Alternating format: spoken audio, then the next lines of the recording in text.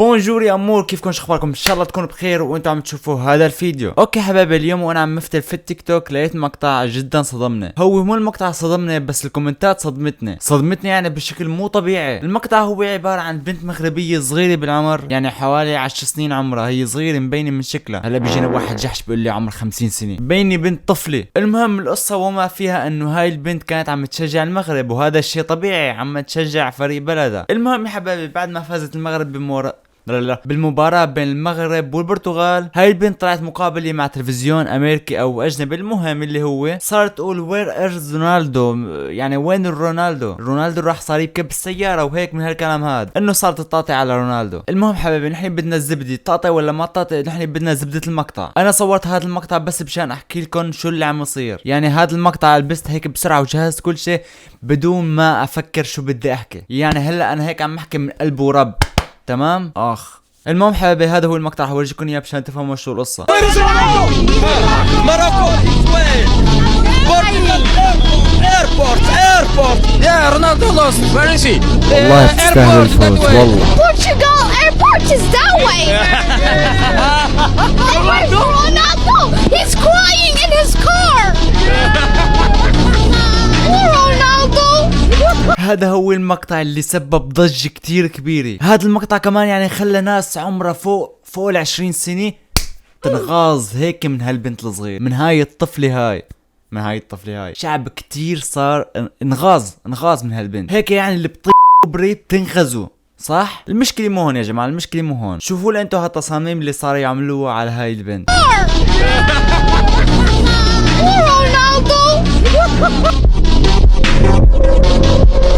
ليش هيك؟ لانه اليوم المباراة رح تكون بين المغرب وفرنسا، يعني انا هلا وانا عم اصور فيديو المباراة رح بتكون بين المغرب وفرنسا الساعة 8، هلا الساعة 5. فبالنسبة إلي انا عايش بفرنسا، صح يعني في ناس ما بتعرف، المهم انه انا عايش بفرنسا. وب 2018 مين اخذ كاس العالم؟ فرنسا، وانا شيء طبيعي انه رح بشجع فرنسا، بس اليوم ما رح اشجع فرنسا، رح اشجع المغرب. اول شغلة لانه هذا فريق عربي، ثاني شغلة انه فريق مسلم، ثالث شغلة لانه انا عربي، يعني شيء طبيعي اشجع العرب. بس الله يستر ان شاء الله ما فرنسا تفوز. اذا فازت فرنسا بظن يعني رح يطلعوا يحتفلوا عادي على الحالتين، لانه هون ما شاء الله فرنسا عبيان مغاربي، بحتفل على الحالتين. المهم هون بعد ما صاروا يعملوا تصاميم جدا كتير عن هاي البنت المغربية اللي هي الطفلة، بعد هيك شي حوالي يومين البنت صابة اكتئاب، وهذا الشيء طبيعي من كمية الكومنتات المتنمرة يا جماعة اللي عم تجي على هالبنت. وكومنتات يعني مو انه تنمر هيك واو انت، لا تنمر مو طبيعي، يعني من قد التنمر هذا مو طبيعي، ما فيني ارجيكم اياه، ما فيني احطه على الكاميرا،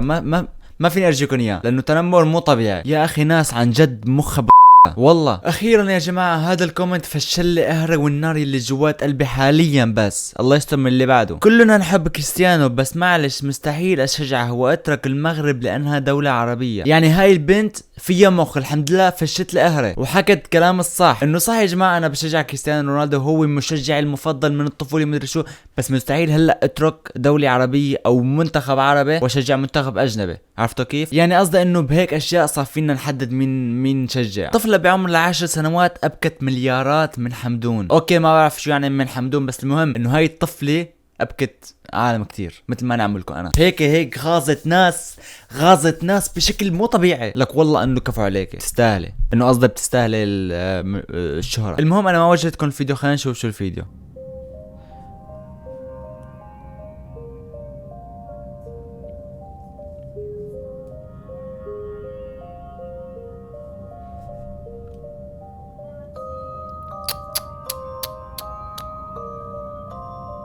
شوفوا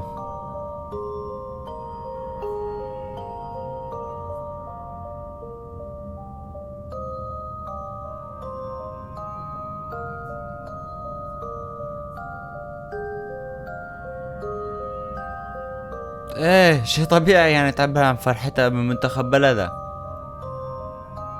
اول شغله يا جماعه مثل ما حكيت لكم هذا منتخب بلده مستحيل تروح تشجع، يعني بربكم ما يكون هذا منتخب بلدكم ما رح تسووا مثله. بقص ايدي من هون لهون اذا ما رح تسووا مثل هالبنت، وممكن اكثر كمان. يا الله شوف هالكومنتات هاي. لو هذا وجهي والله ما اتكلم طول حياتي وتتمسخر على رونالدو. ها انت من اسمك زاكوين ومن صورتك اللي حاططيها بين شكلك معفن وراسك عبيان امل وما خطك نازله كمان، جاي عم بتحطي لي كومنتات هيك. استغفر الله العظيم يا جماعه. جعلها ما تطلع من الحزن يا رب من هالحال واردا. كمان انت جاي تحط لي هذا الكومنت. روح لعند امك لسه ما غيرت لك الحفوضه، ترى ريحتها واصله لعندي. بسرعه بسرعه روح. احسن الله يزيدها. اول شغله مو منك انت، من صوتك اللي حاطط لي اياها. شوي تاني وراح تروح تعبد كريستيانو رونالدو. استغفر الله. لو حاطط صورتك بروفايلك كنا قلنا انه هذا الشخص يعني له القيمه جاي يحط كومنت، بس انت شخص يعني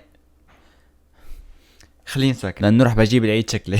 المفترض اني احزن عليها. ضف وجهك انت وهي. لا انت ما حدا مدور على زعلك، مو منك، من اسمك سلطان رونالدو. والله اللي بشوف اسمك بفكر انه احنا عايشين ب 1900 وخشبه، لك البرتغاليين بحد ذاتهم ما بيشجعوا كريستيانو لهالدرجه هاي، ويتنمروا على الطفله صغيره بشان يعني مقطع صغير حكته، وهي البنت يعني ما غلطت يا جماعه، ما غلطت، عم تشجع. خلينا نشوف اللي بعده بسرعه. He's crying in his car. Ronaldo.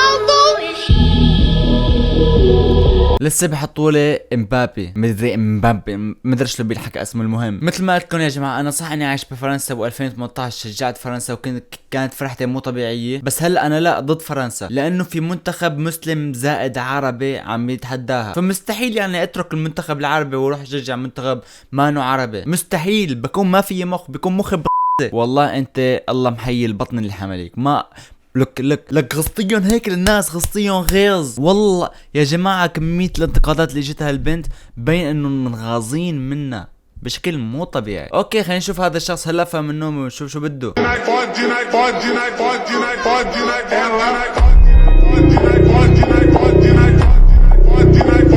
اول شغله يا حبيبي العزيز، انت لسه هلا فايق من النوم ولسه العمص ما شلته من عيونك، روح غسل وشك وتعال. ثاني شيء يا حبيبي العزيز، انت عامل لحالك هيك نفس حالة امبابي وفكر لحالك انك يعني بتشبهه لامبابي، مع احترامي الك بس يعني انت بتشبه هذا تبع جراند الصراحه يعني. ثالث شيء عم تسوي له